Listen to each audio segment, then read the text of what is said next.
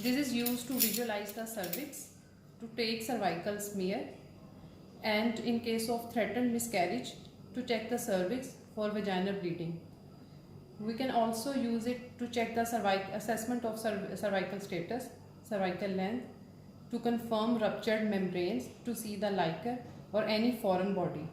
If patient even presents with any tear, we can use this to visualize the cervix and vaginal walls. These are the d&c instruments.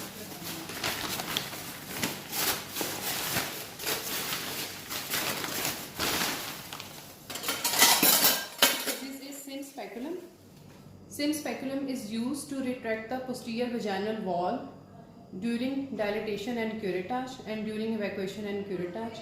And if for any vaginal procedure, we can use it to retract the posterior vaginal wall. These are d&c instruments. This is bladder sound, to empty the bladder. This is suction cannula. This is not bladder to empty the bladder. This is suction cannula of large size. It is connected with the suction machine. We insert it inside the uterus and use this sponge holding forceps. This is used, you can use it to hold the anterior lip of cervix, or you can use valsalem. You can see the tooth-like appearance of this instrument. This is valsalem. We can use to hold the anterior lip of cervix.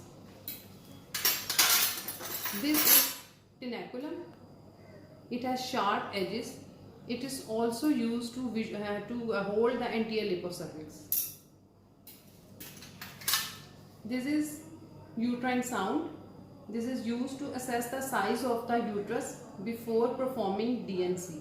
This is not used in evacuation and curettage. This is a large size dilator. These are dilators of various sizes.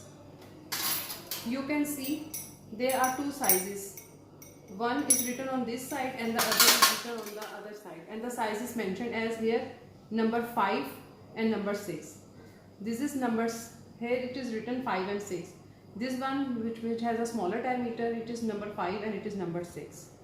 So they are of various sizes. This is the number mentioned here is 16. So it is, one side is 15, the larger one is of 16 size.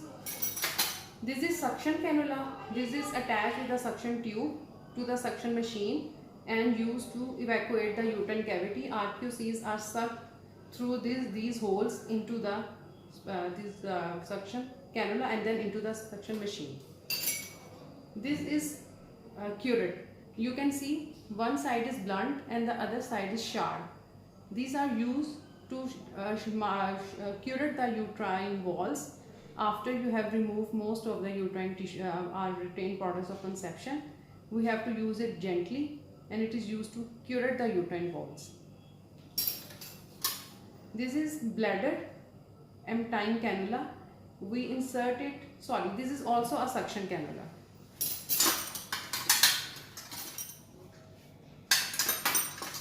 This is a large size curette. Depending upon the size of the uterus, we use different sizes of curettage. This is also again another small size curette to curette the uterine walls.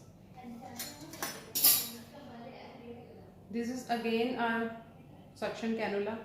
There are multiple sizes of suction cannula.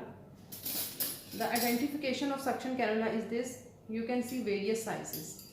Here 7, 12, 6. These all are suction cannula depending upon the size of the uterus. If the uterus is of large size, you can use this one which is of larger diameter.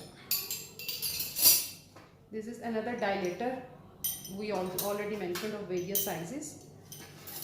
This is plain forceps. This is kidney tray. We can put our sample into it. You can untie a bladder in this bowl. There is a special catheter which is inserted in the bladder to empty it. Okay, that's it. These are the